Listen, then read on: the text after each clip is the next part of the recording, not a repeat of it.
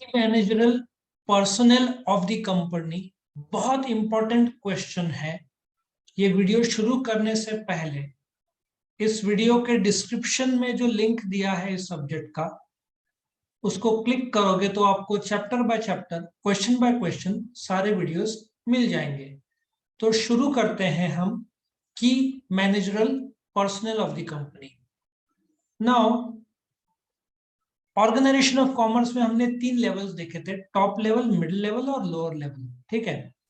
Now जो फैसले लिए जाते हैं कंपनी के, कंपनी का एक वर्कर मशीन में काम कर रहा है, मशीन खरीदने की नहीं है या नहीं, या प्रोडक्ट बनाना है या नहीं, वो वर्कर फैसला नहीं करता। उसको जो काम दिया जाता है वो एग्जीक्यूट करता है। तो मानते हैं वो एक इंपॉर्टेंट पर्सन है, लेकिन कंपनीज एक्ट 2013 ने कुछ लोगों को बोला है कि आप की मैनेजरल पर्सनल है। आपको सडनली बड़े खुशी का एहसास होगा कि डायरेक्टर आप की हो, की मतलब चाबी नहीं, मेन। लेकिन इसमें चाकू के धार दोनों बार, डबल एजेस वर्ड, इधर भी है उधर भी है। कंपनी को पेनल्टी लगता है, कुछ गलती हुई तो उसमें डायरेक्टर भी जवाबदार होंगे। मतलब आपको ताकत तो दिया जा रहा है, लेकिन साथ में जवाबदारी भी दिया जा रहा है। सो बोर्ड ऑफ डायरेक्टर्स जो है, जो कंपनी को चलाते हैं, प्राइवेट कंपनी में कम से कम 2 होते हैं, पब्लिक कंपनी में 3 होते हैं, ज्यादा से ज्यादा 15 डायरेक्टर हो सकते हैं। डायरेक्टर्स को मदद करने के लिए दूसरे भी लोग होते हैं जो बोर्ड ऑफ डायरेक्टर्स के कंट्रोल में काम कर सकते हैं, जैसे कि सीईओ और द मैनेजिंग डायरेक्टर और the manager. See shareholders appoint करते हैं बोर्ड ऑफ डायरेक्टर्स को। बोर्ड ऑफ डायरेक्टर्स आपस में से एक कैप्टन चुनते हैं। ऐसा सोचो कि एक क्रिकेट टीम में 11 प्लेयर है, उसमें से एक कैप्टन है। एक कंपनी में 11 डायरेक्टर है, उसमें वो लोग रोहित शर्मा को बोलते हैं तू डायरेक्टर भी है, लेकिन हम तेरे को मैनेजिंग डायरेक्टर बना रहे हो, मतलब तू हम डायरेक्टर का कैप्टन, लेकिन बोर्ड ऑफ डायरेक्टर्स के ताकत से वो काम करेगा। ठीक है ना। सो चीफ एग्जीक्यूटिव ऑफिसर या तो मैनेजिंग डायरेक्टर बोलो और दी मैनेजर बोलो।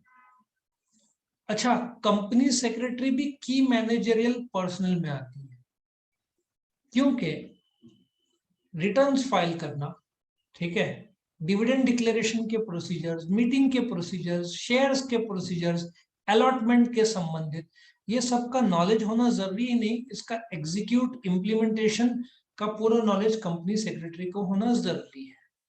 सो बोलने का तात्पर्य यह है कि कंपनी सेक्रेटरी एक बहुत ताकतवर पोजीशन में या तो रहता है या तो रहती है। सो इसलिए उसको की बोला गया है, क्योंकि कंपनी सेक्रेटरी हर मीटिंग में मौजूद रहती है या रहता है। जैसे कि बोर्ड मीटिंग में शेयर होल्डर्स नहीं आ सकते, बट सेक्रेटरी तो रहती है, मिनट्स बुक बनाना है। मिनट बुक मतलब उस मीटिंग में क्या हुआ उसका रिटर्न रिकॉर्ड। बोर्ड मीटिंग का मिनट बुक पब्लिक के लिए तो रहता नहीं है, लेकिन डायरेक्टर्स के लिए रहता है जो एब्सेंट है या जिनको चेक करना है। तो कंपनी सेक्रेटरी की बहुत इंपॉर्टेंट पोजीशन है कंपनी में। होल टाइम डायरेक्टर, ये तो एक ही कंपनी में जॉब कर रहा है, जैसे 9 to 5 है, वो कोई और कंपनी में डायरेक्टर बन नहीं सकता। जैसे BYK कॉलेज की एक टीचर है, वो फुल टाइम है, तो वो दूसरे कॉलेज में टीचिंग नहीं कर सकती। हाँ, एक आध बार गेस्ट लेक्चर के लिए बुलाया 1 घंटे 2 घंटे के लिए, तो महीने में 1-2 बार जा सकती है। लेकिन वो BYK कॉलेज 4 घंटा, KTHM कॉलेज 4 घंटा, ऐसा नहीं है। आपको जो कॉलेज का टाइम है सवेरे 8 से 4, तो 8 से 4 कॉलेज में ही रहना पड़ेगा। हाँ, एक आध lecture, guest lecture, not full time. Full time कहीं और नहीं कर सकती, प्राइवेट ट्यूशन नहीं ले सकती, मतलब यही काम है उसका। तो होल टाइम डायरेक्टर इस कंपनी में ही फुल टाइम है, काम कर रहा है, वो दूसरे कंपनी में डायरेक्टरशिप नहीं कर सकता।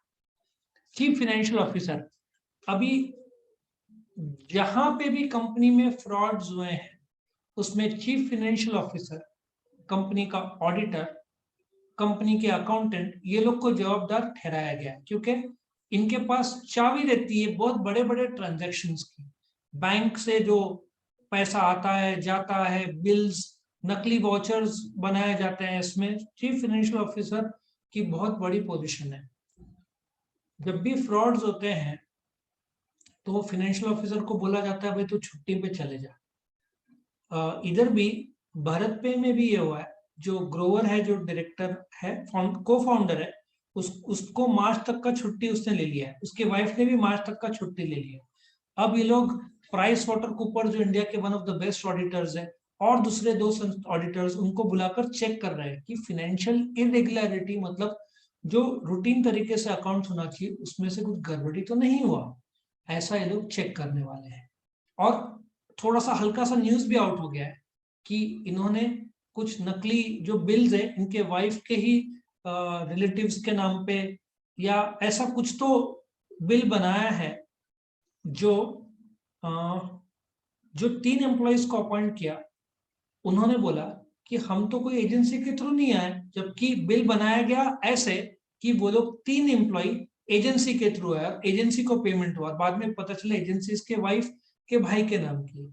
सो नकली हो सकता है, मैं अभी कंफर्म नहीं कहता, ये अभी एलिजेड है, इल्जाम है, और ऑडिटर ने अभी तक सर्टिफिकेट या जो नतीजा है पब्लिक नहीं किया गया, बस ये न्यूज लीक है।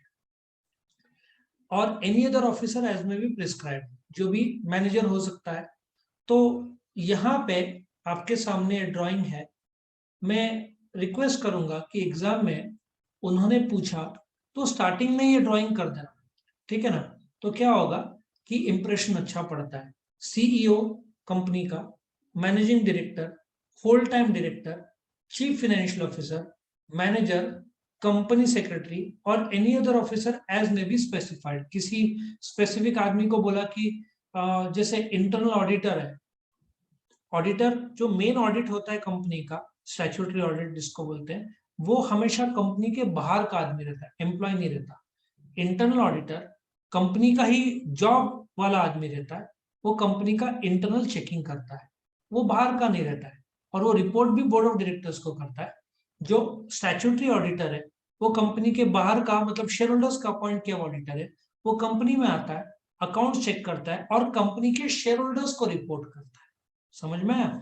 इंटरनल ऑडिटर रिपोर्ट करता है डायरेक्टर्स को, तो उसको भी की मैनेजर पर्सनल का दर्जा दिया जा सकता है। सो आई होप यू अंडरस्टैंड कि की मैनेजरल पर्सनल मतलब इनको मेन माना गया है, और कुछ भी गफला हुआ तो ये लोग पांचों के पांचों इन्वेस्टिगेटिंग एजेंसीज के रडार में आ जाएंगे। ठीक है, इन पांचों को बुलाया जाएगा और पूछा जाएगा कि क्यों गड़बड़ी हुआ, क्योंकि ये लोग की मैनेजरियल पर्सनल के हकदार है तो सैलरी भी बाकी एम्प्लॉइज जो लोअर लेवल पे है, मिडिल लेवल पे, उससे सैलरी बहुत ज्यादा होगा इनका। लेकिन कुछ भी गड़बड़ी हुआ तो की मैनेजर पर्सनल को जवाब देना पड़ेगा कि क्यों गड़बड़ी हुआ। और कई बार नौकरी भी इनकी जाती है, क्योंकि कंपनी यदि बंद पड़ गई है कुछ फ्रॉड के वजह से, तो की मैनेजर पर्सनल पे सबसे पहले इल्जाम लगता है। ठीक है, सो आई होप आपको ये वीडियो पसंद आया, तो लाइक करना, फ्रेंड्स के साथ शेयर करना, चैनल को सब्सक्राइब करना, ताकि आपको डे टू डे अपडेट्स मिलते रहे, जो हम हमेशा वीडियो अपडेट्स करते हैं। और भी वीडियोस आपको देखने हैं तो इस वीडियो के डिस्क्रिप्शन में इस सब्जेक्ट के लिंक को क्लिक करोगे तो आपको chapter by chapter, question by question सारे वीडियोस मिल जाएंगे। Thank you for watching.